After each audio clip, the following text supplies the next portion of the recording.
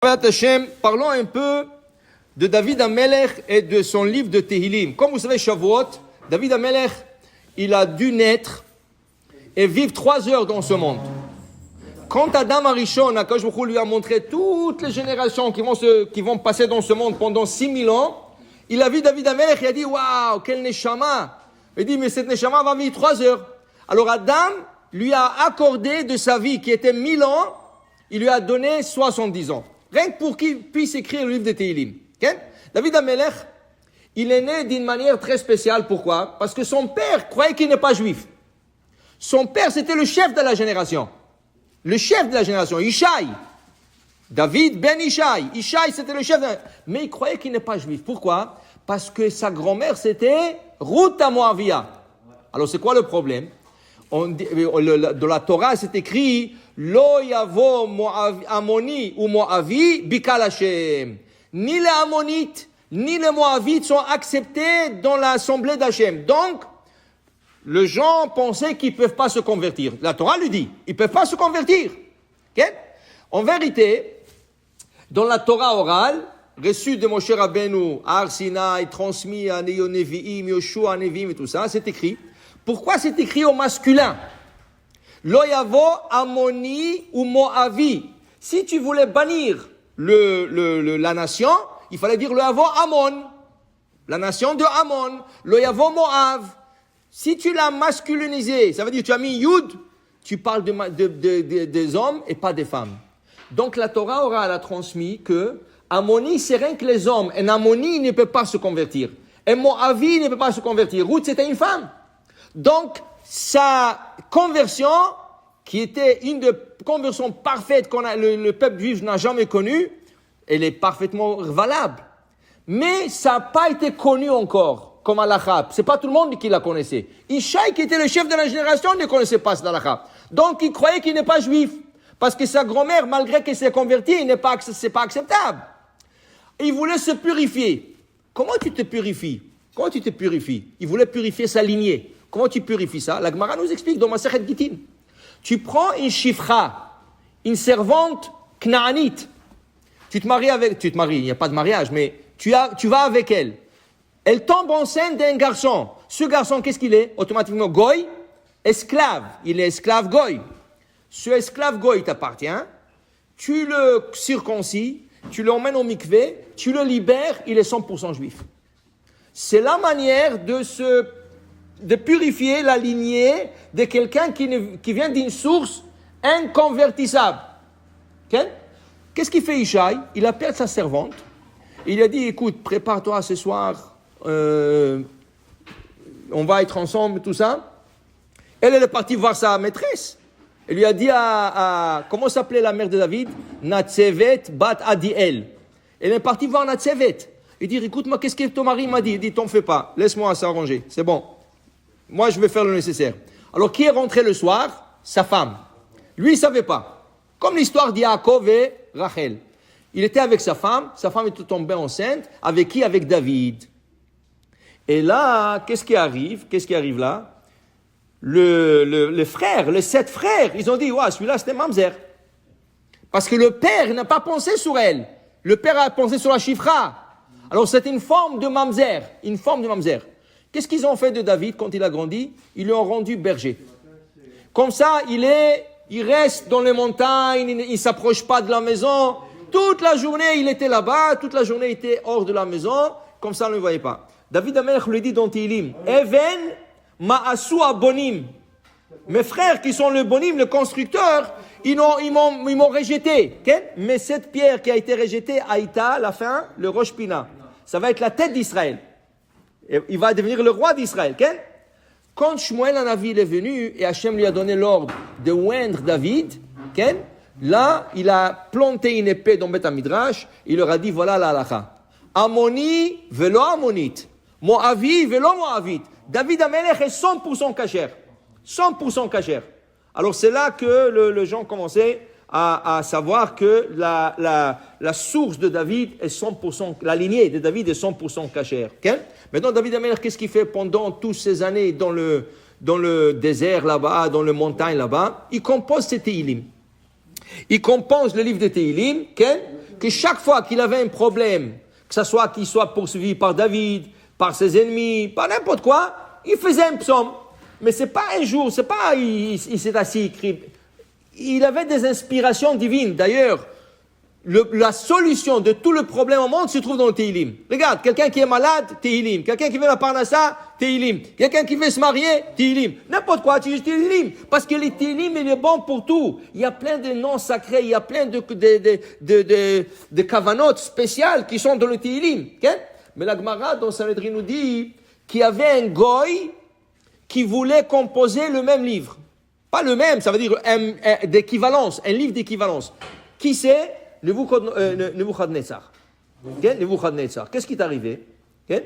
Nebuchadnezzar, il a tué le peuple juif, il a détruit le Beth Amikdash, il a exilé les juifs. Okay? Ce qui arrive que Nebuchadnezzar, qui était un roi très méchant, un jour, dans son temps, il y avait le prophète Yecheskel, qui reçoit une prophétie d'Hachem. Hachem veut lui montrer Techiyat Hametim. Comment va être la résurrection des morts? Pourquoi? Yecheskel dit, la résurrection des morts, ça veut dire que n'importe quelle année que ça va être, tu vas retourner rétroactivement jusqu'à Adam Arishon. 1000 ans, 2000 ans, 3000 ans, 6000 ans. Ça veut dire que tu vas me dire que tous les juifs qui sont passés de ce monde 6000 ans vont se ressusciter. Il a dit, comment c'est possible? Comment c'est possible? Un gars qui est mort qui a 6000 ans, à cause de croire le ressusciter, c'était dur pour lui d'accepter. Il croyait, mais c'était dur. Hachem koreh machshavot. Sache une chose. Hachem voit pas seulement qu'est-ce que tu dis et qu'est-ce que tu fais. Il voit qu'est-ce que tu penses. Okay? Ça, j'ai vu ça dans un documentaire où ils ont fait un reportage sur la mort clinique. Les gens qui sont morts cliniquement. Et là-bas, il y a une femme qui dit qu'on lui a fait passer l'histoire de sa vie en quelques secondes. Et elle voyait pas seulement qu'est-ce qu'elle disait dans sa vie ou qu'est-ce qu'elle faisait. Qu'est-ce qu'elle pensait, on lui disait, là-bas, dans l'autre monde. Jusqu'à qu'elle est revenue dans ce monde. Alors, on dit ça dans la prière, qui a yadé à marchavot lev. Hachem, tu lis le pensée du cœur. Alors, maintenant, Hachem voulait montrer à Yecheskel qu'est-ce que c'est le Techiyat Hametim. Il lui a montré une vallée. À Babylone, il lui a montré une vallée là-bas. Il lui a dit, tu vois, cette vallée s'appelle vallée de Doura. Cette vallée-là, il y a 30 000 juifs morts. Ces 30 000, ils sont de la tribu d'Ephraïm. Ils sont sortis avant le temps que les juifs sont sortis. Parce qu'ils ont calculé, ils ont dit, voilà le temps du Mashiach et tout ça. Ils sont sortis, le Pelishtim les ont trouvés, ils les ont tués. Ils les ont tous enterrés dans cette vallée. Dans une fosse commune. Hachem lui a dit, à Yecheskel, parle à ces os, il y avait des ossements. Parle, ils vont se ressusciter. Il dit quoi? Des os, ils vont se ressusciter? Comment c'est possible? Il dit, parle. Il leur a dit, allez, levez-vous, levez-vous. Qu'est-ce qu'il voit du coup? Tous les os commencent à se déplacer et former des corps, des squelettes. Et après, il voit qu'il y a bassar, il y a de la chair et tout ça. Mais la chose est, qu'est-ce qu'il a fait Nebuchadnezzar? Il a utilisé quelques os pour faire des ustensiles. Vous savez que les Ashkénazes, jusqu'à aujourd'hui, n'achètent pas la porcelaine qui vient de l'Allemagne. Parce qu'ils disent qu'ils ont pris des os de juifs qui ont été tués dans la Shoah pour faire des ustensiles. La porcelaine et tout ça. Alors lui, il a fait ça, des verres. Qu'est-ce qu'il voit du coup? Des verres, des plats qui commencent à voyager dans son palais, dans l'air. Il voit ça, il dit, qu'est-ce qui se passe? Qu'est-ce que c'est encore? On lui dit, non.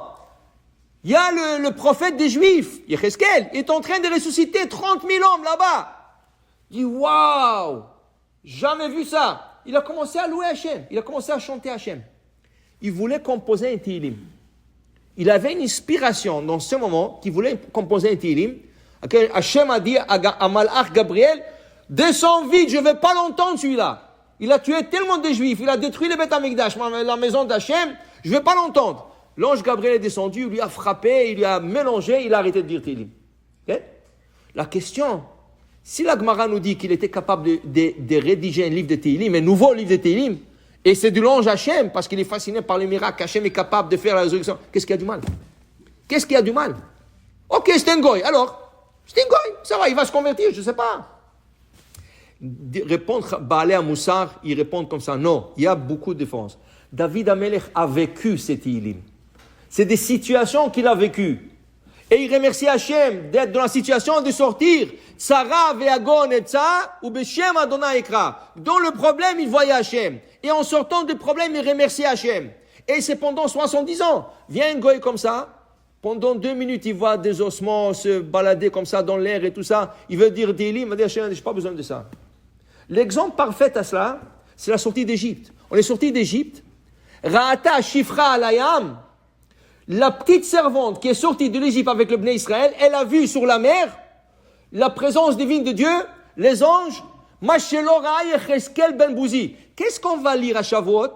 La Haftara de Yecheskel justement, Yecheskel, qui parle à ses os, et la Yecheskel qui voit le char céleste qu'aucun prophète a vu sauf Moshe Rabbeinu. Aucun prophète a eu la vision qu'a eu Yecheskel en Avi, qui a vu le char céleste. La petite servante qui est sortie d'Égypte a vu plus que lui. Oui, comment ça se fait qu'on n'a pas entendu qu'elles se sont converties, qu'elles sont devenues Rachel Imenu et Sarah Imenu? Qu'est-ce qui se passe avec ces servantes? Elles ont vu, elles ont été fascinées, le lendemain, tout a été oublié. Parce que si tu veux être proche d'Hachem, c'est un travail continuel et quotidien, par mois, par année. Tu t'approches d'Hachem jour par jour. C'est pas un jour.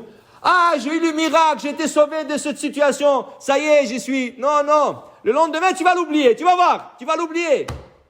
Si tu veux être proche d'Hachem, c'est chaque jour. C'est un travail de jour par jour. Et David Amelech l'a fait pendant 70 ans. C'est pour ça qu'il nous laisse un livre qui contient tous les remèdes et toutes les bonnes choses au monde qui s'appelle le Télim. Combien de livres de Télim sont imprimés par jour? Pas par jour.